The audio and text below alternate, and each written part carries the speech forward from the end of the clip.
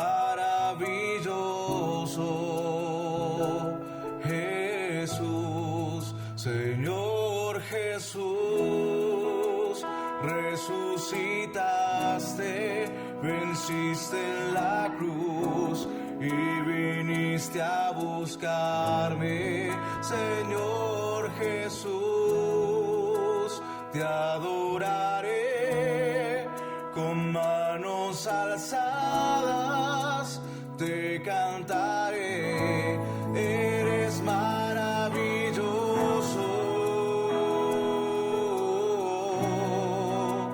maravilloso Jesús, eres maravilloso, maravilloso Jesús, Señor Jesús, resucitaste, venciste en la cruz y viniste a buscarme, Señor Jesús, te adoraré con manos alzadas, te cantaré, eres maravilloso,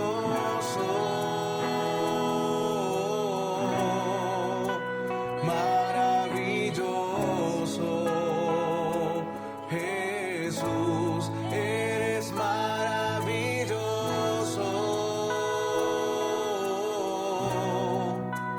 maravilloso Jesús, eres maravilloso,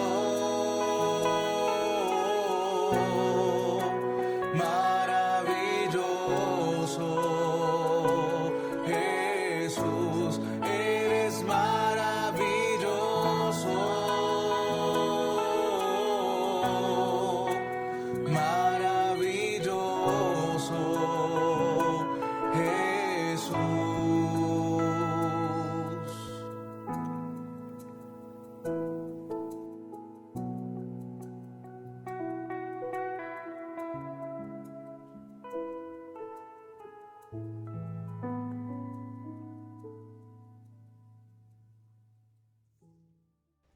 Iglesia, un abrazo muy especial, Dios los bendiga. Un abrazo fraterno a todas las personas que nos acompañan en este tiempo. El texto que Dios nos regala hoy, para que lo vayan ubicando antes de hablar o de encargarles algo que yo siempre les he encargado, perdón que sea tan cansón con el tema, pero creo que este es un tiempo en el cual tenemos que llevar sobre nosotros un encargo muy especial, precisamente por la condición mundial que estamos viviendo. El texto que Dios nos regala para hoy es Hechos capítulo 10, y el título que Dios nos regala para hoy es Procesos en Dios, ¿ok? Procesos en Dios. Esta palabra proceso, muy utilizada, pero poco hecha realidad, ¿sí me entiendes? Este es un país muy futbolero. Y coloquemos quizá el ejemplo del fútbol.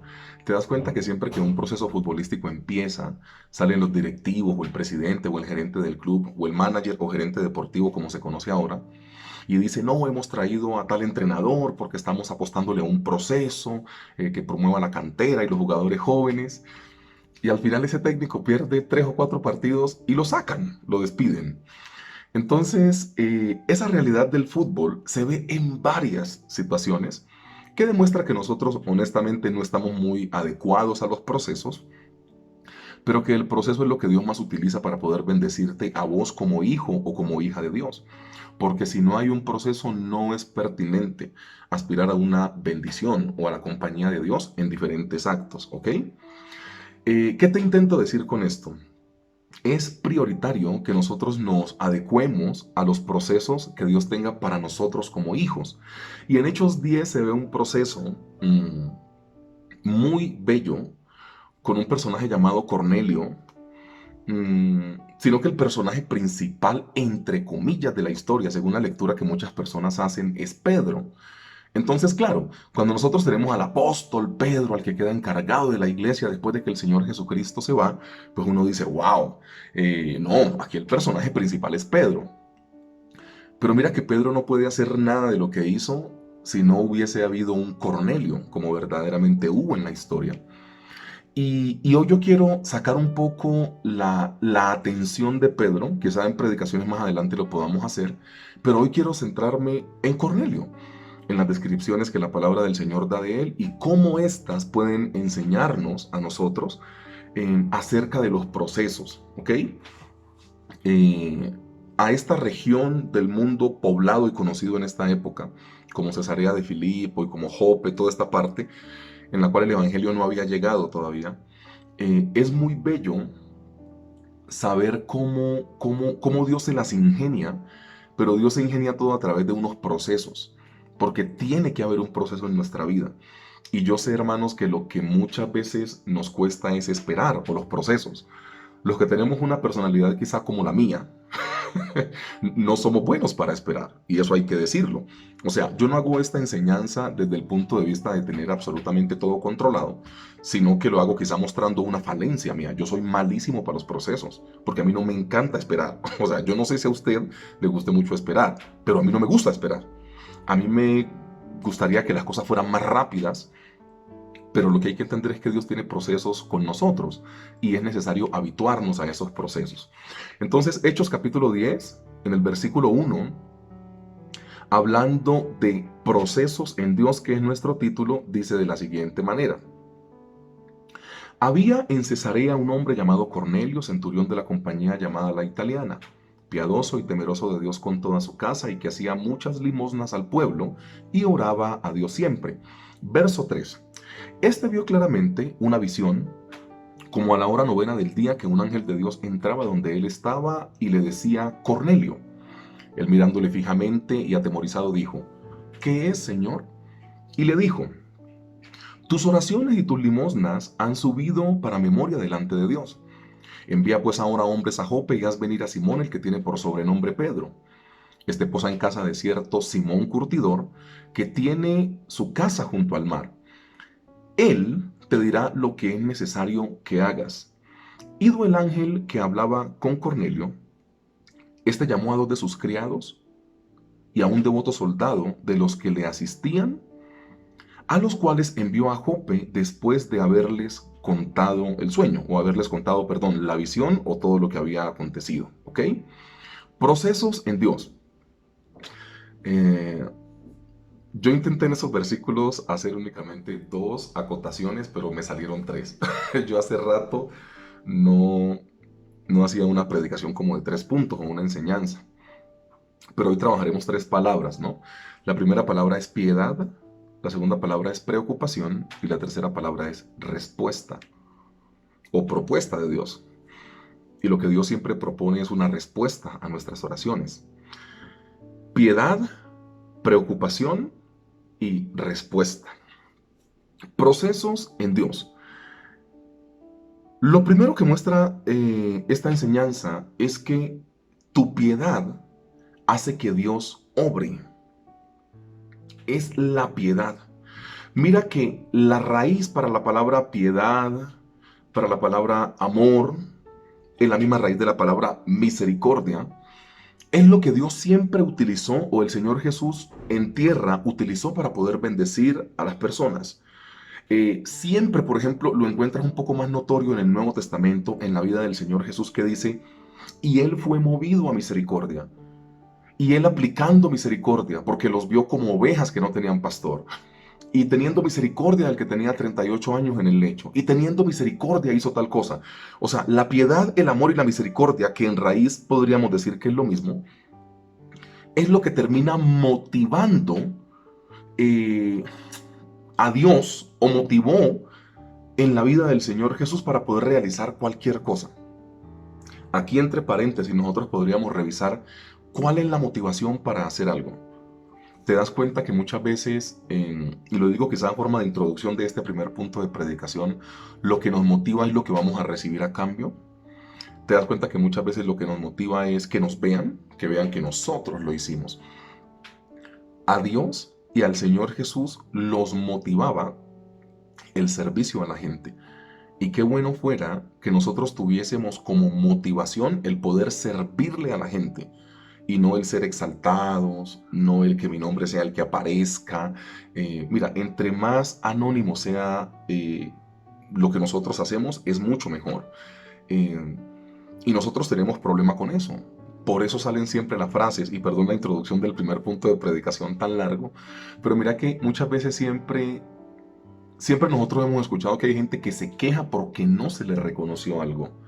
Y al final, si te terminas quejando porque no te reconocieron o no fuiste exaltado, es porque tu motivación inicial no fue la correcta, que fue servirle a la gente, que fue servir por amor y desinteresadamente. Esas frases de que uno siempre se mata trabajando y nunca le dan a uno ni las gracias por todo lo que yo hice, al final tu motivación tenés que revisarla porque no es una motivación acertada o no es una motivación correcta. Que lo que nosotros hagamos no motive ni reconocimiento, ni llamadas, ni agradecimientos, ni que lo publiquen en redes sociales. Que lo que nosotros hagamos sea la motivación netamente que fluye de nuestro corazón. Yo intento servirle a esta persona y ojalá que esa persona nunca me agradezca. Y ahí aplicamos Mateo, que no sepa tu izquierda lo que hace tu derecha. Qué pena la introducción tan larga de este primer punto de predicación, pero era necesario decirlo. Mira, tu piedad hace que Dios obre. Hechos 10, 1 y 2 dice: había en Cesarea un hombre llamado Cornelio, centurión de la compañía llamada La Italiana, piadoso y temeroso de Dios con toda su casa, y que hacía muchas limosnas al pueblo y oraba a Dios siempre. Mira, ¿cómo puedo explicar este punto de predicación? Y yo creo que así nos va a ir mejor. Mm, Vamos a intentar hacerlo con el trabajo que Cornelio realizaba y las características espirituales de Cornelio. Y yo lo voy a explicar así porque yo creo que es la manera más fácil que el Señor me dio para poder explicarte esto. ¿Te das cuenta que el trabajo de Cornelio, al parecer como que no compagina con su característica espiritual? Y te lo voy a explicar a continuación. Mira, el trabajo de Cornelio era que Cornelio era un centurión romano. Estuve averiguando un poco de las compañías para intentar explicarte mejor un poco el tema, porque es muy lógico. Uno dice centurión maneja una centuria, ya. O sea, uno puede entender por la lectura que Cornelio manejaba 100 soldados, ¿cierto? Que ahí es de donde se deriva o se desprende la palabra centurión como tal. Pero estuve averiguando que cuando dicen compañía la italiana, las compañías tenían entre 500 y 1000 hombres. O sea que los centuriones manejaban una centuria, como lógicamente su palabra lo dice, pero cuando los centuriones eran promovidos a manejar una compañía, las compañías siempre tenían entre 500 y 1000 soldados. Lo que estamos diciendo acá, o lo que la palabra intenta decir, es que Cornelio manejaba entre 500 y 1000 hombres. Para no irnos de pronto al tope arriba, pues, para meterle más fuerza al asunto, no, vamos por debajo. Digamos que Cornelio manejaba mínimo 500 hombres, ¿ok? Listo. Entonces, el trabajo de Cornelio era manejar militarmente a 500 hombres. Ustedes más o menos saben cómo es el trato de los militares. Esto no es un asunto netamente de ahora, esto es un asunto de uno de los imperios, exceptuando el babilónico y exceptuando un poco el romano reformado. Eran de los soldados más sanguinarios que habían, porque hacían cumplir la autoridad a carta cabal. O sea, en esta época los soldados eran muy, muy duros, muy hoscos, muy férreos. Y Cornelio tenía que manejar mínimo a 500 de ellos. Entonces, si yo les digo, imaginemos cómo era Cornelio manejando los soldados. Usted me puede decir, no, pues tenía que hablarles duro, hacer sentir la autoridad, algún tipo de cosa. Esa es la descripción del trabajo que Cornelio realizaba. Pero te das cuenta que la característica espiritual de Cornelio es una característica espiritual que de pronto no compagina con la idea que vos y yo tenemos de lo que tiene que ser un tipo que maneje 500 o 1000 tipos. La característica espiritual de Cornelio es lo que dice la palabra del Señor. Dice que era piadoso, dice que era temeroso de Dios, dice que daba limosnas o ayudaba a la gente y dice que oraba a Dios siempre. Entonces te das cuenta que muchas veces las características a nosotros, un trabajo duro, una región del país en la cual hemos nacido, como nuestros padres nos criaron, es lo que termina dando como resultado nuestra espiritualidad. En otros textos o en otras palabras, nosotros muchas veces recibimos el reino de Dios y somos espirituales de acuerdo a cómo nos educaron, de acuerdo a cómo nos criaron. Pero Cornelio no tenía nada que ver lo espiritual con el trabajo que hacía. Y como nosotros muchas veces nos hemos escudado en decir, ay, qué pena es que a mí me criaron así. Ay, qué pena es que mi característica es así. Es que yo soy así. Es que a mí me enseñaron así. Y yo veo a una persona como Cornelio que tenía que manejar a mínimo 500 hombres, siendo el más piadoso de los que narra la Biblia. Mira, la palabra rara vez, la palabra, la Biblia, rara vez nombra o menciona tantas características en una persona, pero dice que Cornelio era piadoso, era temeroso de Dios, dice que ayudaba a la gente o daba limosna siempre y dice que oraba siempre. No dice que oraba, dice que oraba siempre. O sea, Cornelio tenía unas excelentes características, que podían ser características más parecidas a un sacerdote de la época, que se la pasaba en el templo todo el tiempo, que tenía que entrar al lugar santísimo. No, era Cornelio. Para que usted me entienda, era como un capitán, era como un coronel o un general, que tenía que ser duro, tratar a la gente duro para hacerse sentir. No, mira, Cornelio no tenía eso. Las características en nada tienen que ver con lo espiritual. Y yo sí siento en mi corazón decirte quizá esto, que las circunstancias y las características que estamos viviendo no, no modifiquen tu piedad y no te conviertan en una persona que no sos. ¿Y por qué digo esto? Que si hemos vivido estrés en la casa, pues claro. O sea, no te digo que las peleas han subido de violencia intrafamiliar, por ejemplo, los datos, si los revisas, han sido una cosa escandalosa. Porque esto de la pandemia ahora como que nos reclutó y nos encapsuló en un solo lugar y esto saca lo peor de nosotros, para ser honestos. O sea, la pandemia nos ha enseñado varias cosas, pero también ha sacado lo peor de lo que nosotros somos. De pronto facetas que no conocíamos. Ve, yo me vuelvo como iracundo muy rápido. De pronto nunca habías trabajado con tu ira y con tu carácter porque estabas ocupado en tu trabajo. Pero ahora que estás en tu casa te has dado cuenta uy, Dios mío, o sea, ¿qué me pasa? Yo no era esto. De pronto siempre lo fuiste, sino que estabas ocupado en tu trabajo, en tu estudio, en tus cosas y nunca te dedicaste a pensar en esto.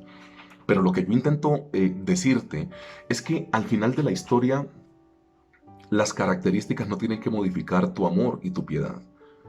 Las características de esta pandemia, de estas cosas que estamos pasando, y no únicamente la pandemia, yo lo decía el domingo pasado, no encasillemos el asunto solo en pandemia, encasillemos el asunto porque de pronto la pandemia no te ha tocado tan fuerte, pero hay partes o áreas de tu vida que tienen que ser tratadas también. Entonces no es únicamente encasillar todo en pandemia porque el tiempo es pandemia, porque no predicamos únicamente por pandemia, predicamos por las situaciones que hay. Y yo sí creo que muchas veces las características han modificado la piedad en nosotros, porque nos volvemos hoscos, duros. Y Cornelio tenía un trabajo que tenía que hacerse sentir y tenía que ejercer su autoridad. Pero ese trabajo y esa característica nunca le quitó su espiritualidad. ¿Qué es lo que te intento decir? Ojalá que tus circunstancias o las circunstancias que estés viviendo nunca modifiquen tu amor y tu piedad. Lo primero que muestra el texto bíblico es eso, que tu piedad hace que Dios obre. Es tu piedad. Lo segundo que muestra el texto bíblico es tu verdadera preocupación. Mira, hoy en día los seres humanos se preocupan por varias cosas, es la verdad. Pero dentro de las cosas por las cuales el ser humano se preocupa, nunca debería dejar de existir una verdadera preocupación. Mira, Hechos capítulo 10, versículo 3 y 4 dice de la siguiente manera. Este vio claramente en una visión, como a la hora novena del día, que un ángel de Dios entraba donde él estaba y le decía, Cornelio. Él, mirándole fijamente y atemorizado, dijo, ¿qué es, Señor? ¿O qué quiere, Señor? Le dijo, tus oraciones y tus limosnas han subido para memoria delante de Dios. Tus oraciones han subido delante de Dios. Es la frase que el ángel le da a Cornelio. Un grandioso ejemplo. ¿Te acordás en Lucas, en el capítulo 1, cuando Elizabeth, mamita de Juan Bautista, no puede quedar embarazada? Y cuando Zacarías, papito de Juan Bautista, yo creo que tendría que estar muy preocupado porque en esta época el sacerdocio no era una vocación a través de un llamamiento, sino que era una vocación sacerdotal, pero a través de la herencia familiar. Me explico. Zacarías era sacerdote y venía una línea sacerdotal para su hijo primogénito.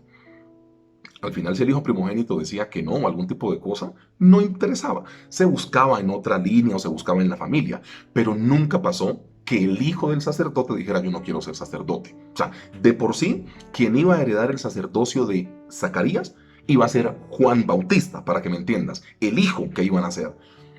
Entonces yo me imagino la angustia que Zacarías debía sentir al que él y su mujer Elizabeth no pudieran quedar embarazados. Y en Lucas, capítulo 1, en el versículo 13, hay un ángel que se le aparece a Zacarías y le dice, no temas. Y el ángel no le dice a Zacarías, no temas porque Elizabeth ya estuviese embarazada. No. El ángel le dice a Zacarías, no temas porque tu oración ya ha sido oída. O sea, el ángel le dice a Zacarías, y es lo que intento transmitirte, tu oración, o sea, lo más importante de tu oración, por así decirlo, no es lo excelso en tu oración referente a las palabras o la forma en la cual te expreses. No. Lo importante de tu oración o tu verdadera preocupación tendría que ser que tu oración llegue al oído de Dios. No si es muy bonita. Hay palabras que no, o sea, hay personas, perdón, que no somos tan buenos para hablar. ¿Sí me entendés? Hay personas que somos buenos para hablar. Hay personas que no tienen palabras muy refinadas al hablar. O sea, hay personas que oran de una forma que uno se admira, la verdad, porque dice, wow, qué palabras tan bellas, qué palabras de exaltación tan precisas para lo que Dios significa. Y hay personas que no tienen todo eso. ¿Sí me entendés? O sea, hay palabras que o sea, hay personas, perdón, que literalmente te bajan el cielo a la tierra en una oración.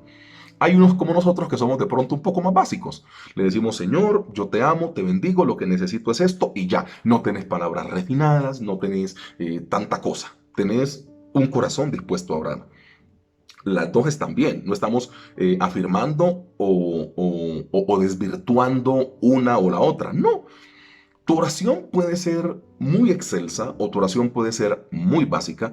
Lo que importa al final es tu corazón. Porque el corazón tuyo y la pureza en tu oración y en la petición que tengas delante de Dios es lo que hace que al final la oración suba. A mí me aterra cada vez que yo veo eso. Cada vez que yo en la palabra del Señor veo que el ángel dice tu oración ha sido escuchada, eso me llena de gozo porque es lo que al final tiene que preocuparte. Te das cuenta que nosotros nos hemos preocupado por varias situaciones y nos hemos preocupado por varias cosas, desconociendo que lo vital en esta situación es que tus oraciones suban al oído de Dios. Entonces, en Lucas, tomando la referencia, en Lucas capítulo 1, el ángel le dice a Zacarías, Zacarías, no te preocupes, porque tu oración Dios ya la escuchó. No tenés las cosas en tu mano, pero tu oración ya está en el oído de Dios. Eso es lo más importante. Y a Cornelio le dicen lo mismo. Leamos el texto bíblico nuevamente. Le dijo, tus oraciones y tus limosnas han subido para memoria delante de Dios. Lo más importante o tu verdadera preocupación es que tus oraciones lleguen al oído de Dios. No si el plan que tenés es muy bueno. No si el proyecto que tenés es muy bueno. No si las cosas que te estás imaginando sean muy buenas. No estamos muy interesados en eso. El primer punto acá es que tengas un corazón tan puro al momento de orar y que Dios vea que lo que le estás pidiendo es de corazón y lo hagas con tanta entrega que al final no tiene que ver con la excelencia de palabras, sino que Dios diga, esa oración ya llegó a mi oído. Porque después de que la oración llegue al oído de Dios, Dios únicamente tiene que esperar que sea el tiempo preciso para poderla colocar en tu mano. Y eso es lo más importante. Entonces, tu verdadera preocupación, la verdadera preocupación de Cornelio, era que la oración de él llegara al oído de Dios. Y acá hagamos otra pregunta también, referente a Cornelio, o referente a Cornelio no, referente a la oración que hacía Cornelio. ¿Por qué oraba Cornelio? porque esa pregunta tenemos que trasladarla a nosotros también. ¿Por qué oramos? Mira, y en ese tiempo de pandemia nosotros, bueno, hay que decir las cosas no tan positivas, pero hay que decir lo positivo. ¿Sabes qué dicen las encuestas? Que en ese tiempo de oración la gente se ha acercado más a Dios. Que en ese tiempo de oración, no, en ese tiempo de pandemia, perdón, la gente se ha acercado más a Dios. Y hermano, a mí, vea, no vengamos con esas reflexiones que lo que hacen es matar la fe de las personas. Porque yo he visto gente brava. O sea, es que nosotros somos especiales. Yo he visto gente brava porque, claro, ahora como hay muerte y si hay pandemia, ahora sí oran, ¿no? Ahora sí se acercan a Dios. Calle la gente, no déjenlos que oren. ¿Cuál es el problema si la gente se acerca a Dios por pandemia o no por pandemia? Al final que Dios utilice este mecanismo para que la gente se acerque, está súper cool. O sea, si la gente nunca hacía oración y ahora que tenemos pandemia la gente está orando, pues deja que la gente ore. Es que hay gente que le busca un problema a cada solución, verdaderamente. O sea, hay gente que se enoja porque ahora si el pueblo se está acercando a Dios, pues déjalo que se acerque, por la circunstancia que sea. Deja que la gente ore. ¡Ja! Hipócritas, nunca hacían una oración y ahora que hay pandemia, sí, ay Dios mío, ayúdame. A mí sí me encanta que la gente se acerque al Señor. No importa si 30 años tenés sin orar. Y si ahora por la pandemia te estás acercando a Dios, te felicito, vamos para adelante. No importa si lo has hecho solo ahora. Pero la pregunta que yo te intento transmitir hoy es, ¿por qué oraba Cornelio? Porque debería ser lo mismo por lo cual nosotros oremos. ¿Por qué oraba Cornelio? A ciencia cierta, vos y yo no lo sabemos. Pero la respuesta de Dios sí da algunos matices de saber qué era lo que invadía la mente de Cornelio y qué contenían sus palabras al momento de orar. ¿Qué oraba Cornelio? A ciencia cierta, no lo sabemos. O sea, ¿por qué cosas oraba Cornelio? Vos y yo no sabemos, la palabra del Señor no lo dice, pero la respuesta del Señor sí muestra por qué oraba Cornelio.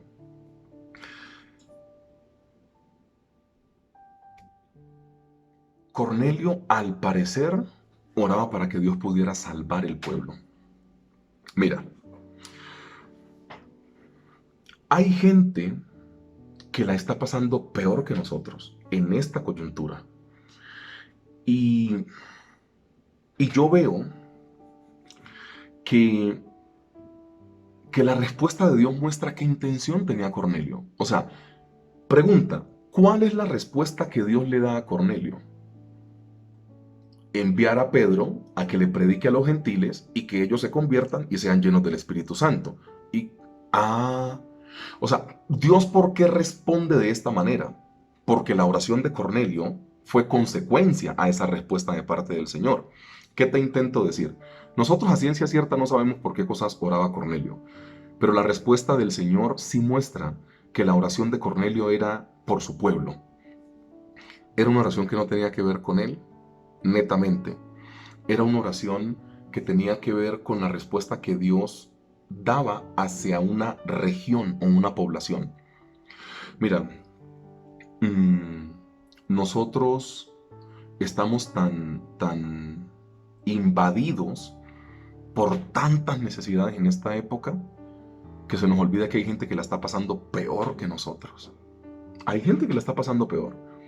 A ver, si acá nos colocamos a hacer un ejercicio de tus necesidades en tiempo de pandemia o en este año o en tiempo de crisis, ay hermano, ahí sí como dice un amigo mío, si le contara las mías, porque todos tenemos necesidades bravísimas, pero con todo eso hay gente que la está pasando peor que nosotros. Entonces, ¿por qué no convertirte en ese Cornelio que según la respuesta de Dios estaba orando era por su comunidad? O sea, Cornelio oró.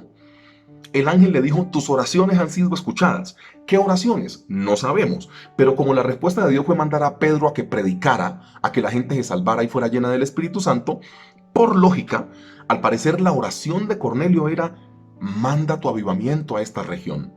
Esta gente no conoce de Cristo. Hay gente que la está pasando mal. Manda a un emisario. Envíanos a alguien a que pueda predicar y que esta gente sea llena del Espíritu Santo. Porque la respuesta de Dios fue esa. Al parecer, la oración de Cornelio no fue únicamente por él. Al parecer, la oración de Cornelio es una oración que se desescala de lo que hemos entendido siempre que es una oración. Al parecer Cornelio como que no pedía por él. De hecho, la descripción dice que él y su casa oraban siempre y eran piadosos. O sea, al parecer Cornelio estaba orando por la conversión de la gente que no conocía de Dios. Y qué oración tan bonita. En estos tiempos que hay tanta cosa rara. En estos tiempos que la gente se deja llevar tanto por las situaciones que estamos viviendo en medio de la pandemia, que únicamente pedimos por nosotros. Ayúdame, sálvame, socórreme, todo para nosotros. Y se nos está olvidando que hay un pueblo que la está pasando peor que nosotros. Conclusión de este segundo punto: conviértete en un Cornelio, en uno que hace sus oraciones y peticiones personales y por su familia. Te aplaudo que hagas eso, porque Dios nos manda a interceder por nuestra familia. Pero la respuesta de Dios muestra que una de la gran parte de la oración de Cornelio tenía que ver con ayudar a las personas que lo necesitaban. Y al parecer Cornelio tenía en su haber y en su corazón eso: orar por las personas que necesitaban, porque la respuesta de Dios fue enviar a Pedro a que predicara a los gentiles. Al parecer la oración de Cornelio fue: manda tu predicación y tu salvación también a esta área que todavía no la tiene. Que no se nos olvide que a la gente hay que seguirla ayudando y sobre todo salvando. Que nuestra actitud y nuestra convicción de vida en lo que vos y yo creemos ayude para que la fe en otros sea aumentada. Salite un poco de orar únicamente por tus necesidades y ora por las personas que también lo necesitan, porque al parecer ese fue un punto vital en Cornelio. Y lo tercero tiene que ver con esperar hasta que Dios responda. Mira, Hechos 10:5 dice: envía pues ahora, bueno, te lo voy a leer todo. Envía pues ahora hombres a Jope y haz venir a Simón, el que tiene por sobrenombre Pedro. ¿Quieres que te diga algo? El envía pues ahora o envía inmediatamente denota algo. Hay un tiempo entre que Cornelio oró y entre que Dios respondió. No sabemos cuánto. Mira, a ver, de hecho, hay dos cosas que nos pueden aclarar un poco el panorama. El ángel le dice a Cornelio: tus oraciones han sido en pasado. O sea, el ángel lo que nos está intentando decir es que Cornelio tenía tiempo orando, ¿cierto? Entonces, tus oraciones han sido. Denota que hay un tiempo que ha transcurrido desde que Cornelio empezó a orar. Entonces, ¿no será que algunas veces nos desmotivamos muy rápido? ¿No será que algunas veces muy rápidamente nos desmotivamos de las cosas que le hemos pedido al Señor en oración? Yo creo que sí. Yo creo que oramos 2 veces y después ni nos acordamos más de lo que le estábamos pidiendo al Señor. Y nosotros tenemos únicamente dos opciones. O esperamos hasta que Dios responda y recibimos su bendición, o nos anticipamos y la embarramos. Perdón que meta ese término, la embarramos, pero cuando nos metemos a hacer cosas sin que Dios nos mande, la embarramos. Cuando nos dejamos llevar por el desespero de que tanto tiempo orando y no pasa nada, nos volvemos feos, hermano. Y empezamos a pelear y pero ¿por qué? Y nos volvemos energúmenos y la embarramos. Para después tener que arrepentirnos, que Dios nos reprenda un poquito, perder tiempo, perder personas, perder cosas, perder dinero, volver a los pies de Cristo y seguir haciendo lo que siempre veníamos haciendo, esperar hasta que Él responda. Hay dos opciones: o te quedas con la respuesta de Dios, que siempre viene con bendición, o te quedas con tus métodos y con tus maneras. Es cosa tuya, no hay ningún tipo de problema. Envía pues ahora, y tus oraciones han sido escuchadas, demuestra que Cornelio tenía tiempo orando por eso. ¿Te has cansado de pedirle a Dios? Es la pregunta que hoy quizá te hace el texto bíblico. Porque este es el tiempo para recobrar fuerzas y animarte a seguir orando, para que Dios te pueda responder así como le respondió a Cornelio. Al parecer la respuesta de Dios denota que Cornelio no oró poco tiempo. Al parecer Cornelio tenía orando demasiado tiempo por esta situación. ¿Y sabes qué fue lo mejor? Que como Cornelio no se fatigó, Dios le respondió. Amados, que no te desmotive el tiempo que Dios se tome para poderte bendecir. porque bíblicamente entre Dios más se demore para poder colocar las bendiciones en tu mano, más grande es la bendición. Y eso te lo puedo explicar con las tablas de la ley, con la victoria en Jericó, con el pasaje bíblico que vos querás. Entre más Dios se tome el tiempo para preparar esa bendición que quiere colocar en tu mano, más fuerte va a ser el impacto de la bendición. Entonces no hay que desesperarse. Que Dios les bendiga, amados, y recuerden siempre que lo que Dios está esperando de nosotros para podernos bendecir en ese tiempo de procesos en Dios, que es el título que Él nos regaló para hoy, es que nosotros debemos ser piadosos, que debemos tener una verdadera preocupación y que la respuesta del Señor hay que esperarla y no anticiparse a ella. Que Dios te bendiga, fuerte abrazo. El encargo que siempre te voy a pedir es la oración por las personas que tanto lo necesitan y desescalarnos un poco del lenguaje de orar o de la idea, perdón, de orar siempre por nosotros y orar por personas que la están pasando verdaderamente mal. O sea, que la crisis no te deshumanice y únicamente pienses que tiene que hacerse bajo la plataforma de ser egocéntricos en la oración, porque únicamente pedimos por nosotros. Hay que pedir por las personas que tanto lo requieren, que nunca se nos olvide eso y menos en este tiempo. Que tu corazón ayudador nunca se vaya. Esa va a ser mi oración por esta semana. Dios te bendiga y que puedas pasar un buen tiempo en medio de estas situaciones tan difíciles que se están presentando. Fuerte abrazo y bendiciones.